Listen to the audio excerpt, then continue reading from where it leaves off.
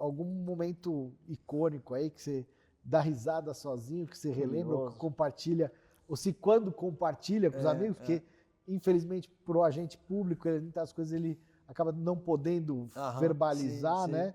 Mas se você puder compartilhar para nossa comunidade. Tá.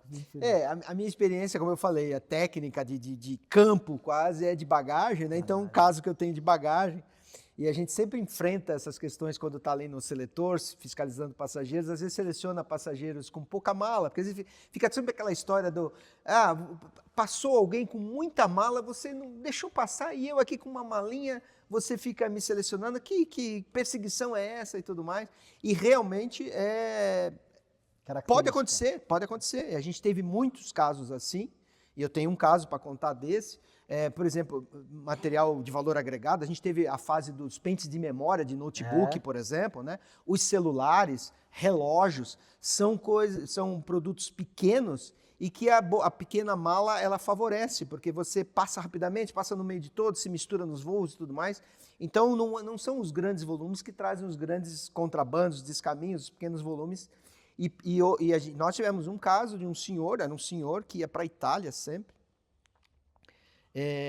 antes da época da EDBV, isso aí antes, quando eu era fiscal lá no plantonista, e o que ele fazia, ele vendia os ternos Armani, os ternos italianos, ele trazia de encomenda.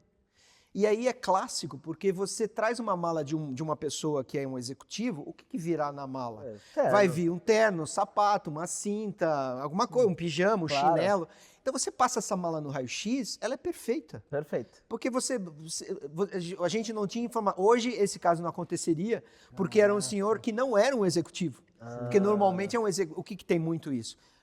Passageiro frequente que vai para a Europa, por exemplo, ele vai a negócios. Então, se você vê quem é o passageiro, vai saber que ele é sócio de uma empresa, XYZ.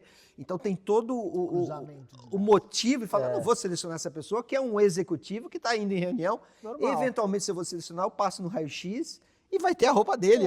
E esse senhor era isso. Nós passamos algumas vezes no raio-x, porque ele começou a ficar frequente, ele vinha toda semana. E aí você vai no plantão, você começa a perceber caras familiares, né? A gente passava no raio-x, não tem nada. Um belo dia que alguém abriu a mala e eram só ternos novos, não era inclusive do manequim dele, porque eram ternos encomendados, e ele fazia aquilo semanalmente, aquele trajeto com 3, 4 ternos de contrabando. Isso é um caso que comprova... velhinho safado. Que comprova, de alguma forma, que os pequenos volumes podem se trazer muito esse caminho. Mas o caso típico era o caso justamente que prova o contrário. Nós recebemos uma vez uma denúncia por telefone e alguém falando meio um característico oriental, assim, meio enrolado, era difícil de entender, querendo dizer que vinha um contrabando da Coreia, que na época a gente tinha o Korean Air, que vinha de Seul, e vinha da Coreia e tal, e vinha trazendo contrabando, só falava isso. E aí era difícil no telefone falar com a pessoa, mas como é o nome do passageiro? E aí ele falava, mas soletrava um nome oriental, que é aqueles nomes bem complicados.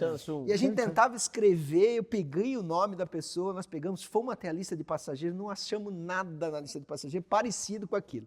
Falei, não é possível que esse viajante vai chegar, não está nem na lista, né?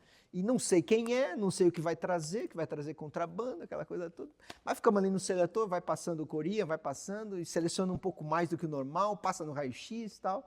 Daqui a pouco vem uma senhora, um volume imenso. E aí essa tese. Não, volume imenso não é absolutamente nada, porque está mudança, porque na época também a gente teve muito aquela fase dos brasileiros que vão para o Japão, depois retornaram do Japão, teve aquela coisa na década já há tempo também, que voltaram, tinha muita gente que vinha de mudança, mas carregado de carrinhos, a pessoa ficou 5 anos no Japão, trazia só as coisas de casa, tranquilo, e ali parecia mais um caso desse, né? Aí colocamos, mas selecionamos para dentro, era um desses tanquinhos, uma máquina de lavar tanquinho, então assim, aí já começa... tanquinho, trazendo para cá e tudo mais. Aí quando fomos pegar o tanquinho pesava muito. 3 toneladas. 3 toneladas. Passamos no raio-x, aquilo estava forrado. Era na época do pendrive. Mas era pendrive, naquela época mesmo, há anos atrás, que era pendrive de, sei lá, de 1 giga, já era uma coisa tal. Era o melhor. Era forrado de pendrive de 1 giga. Caramba. Então, assim, o pitoresco é que, de fato, o pequeno comprova a tese que o pequeno traz muito contrabando e o outro, também. o grande pode trazer, mas é uma exceção, né? Agora que precisava mesmo de um volume para trazer. Então, são histórias aí